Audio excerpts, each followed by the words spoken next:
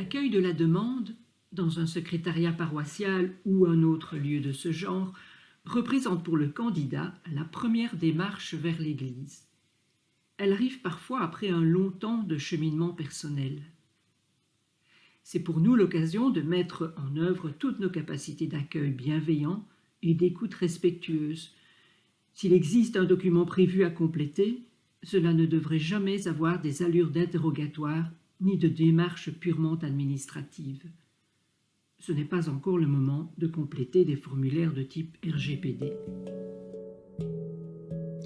Par contre, l'entrée en catéchuménat est la célébration d'une étape rituelle aux enjeux essentiels.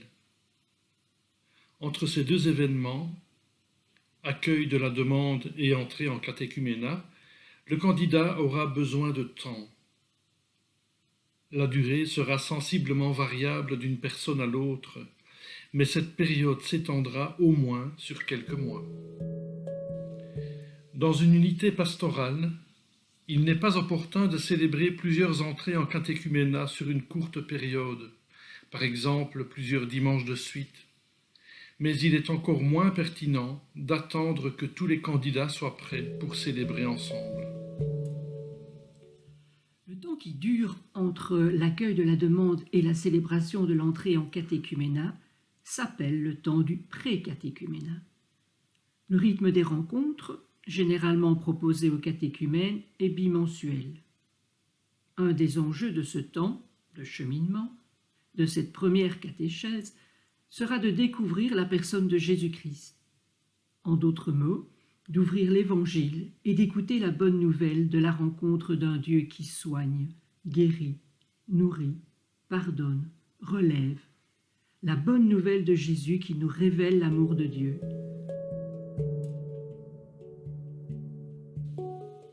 Ce n'est pas pour rien que la croix est le signe principal du rite d'entrée en catéchuménat. Une manière d'annoncer le cœur de la foi chrétienne, le kérygme, en marquant le corps des candidats.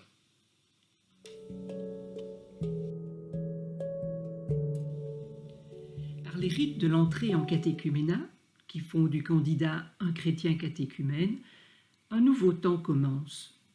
Il permettra d'approfondir la foi et conduira à la célébration de l'appel décisif. Cette période durera environ une année.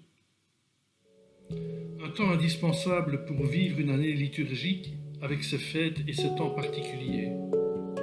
Occasion d'approfondir l'unique mystère de la foi largement décliné.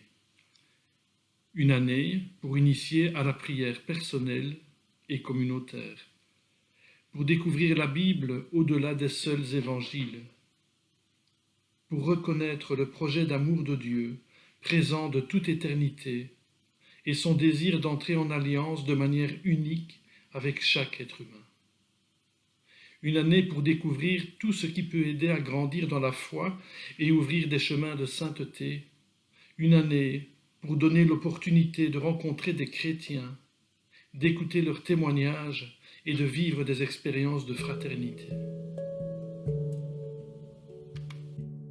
Au cours de cette année, des temps de célébration en dehors des Eucharisties dominicales sont prévus et conseillés par le rituel de l'initiation chrétienne des adultes.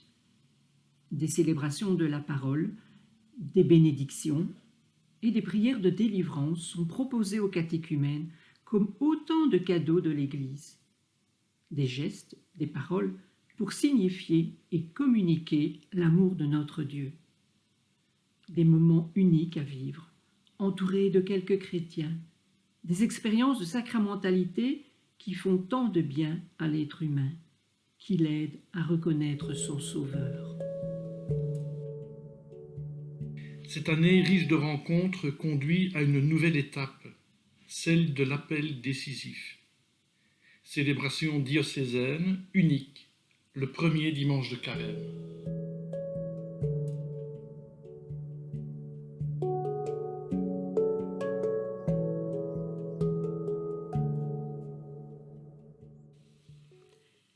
Et voici initié un nouveau temps de l'ultime préparation ou encore temps de l'illumination.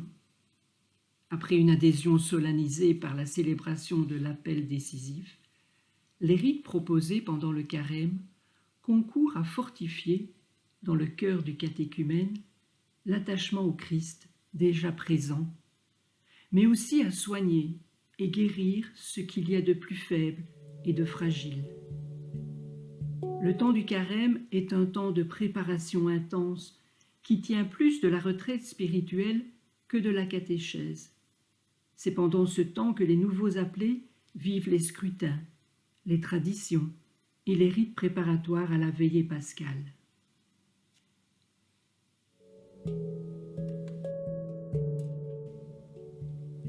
Si tout au long du cheminement, nous essayons de mettre en perspective la vie chrétienne et non pas les seuls sacrements, alors Pâques ne devrait pas apparaître comme l'ultime étape.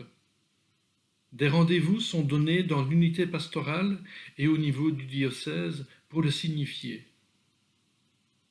Il est demandé à l'accompagnateur d'encourager et même d'accompagner le néophyte au rendez-vous diocésain, comme le dimanche in albis ou la vigile de Pentecôte. Cette fête, à l'issue du temps pascal, a une valeur symbolique. Le nouveau baptisé déposera son écharpe blanche devant l'évêque, puisque dorénavant, pour lui, il n'y a plus besoin de signes distinctifs ni de statut particulier. Il est devenu fidèle chrétien.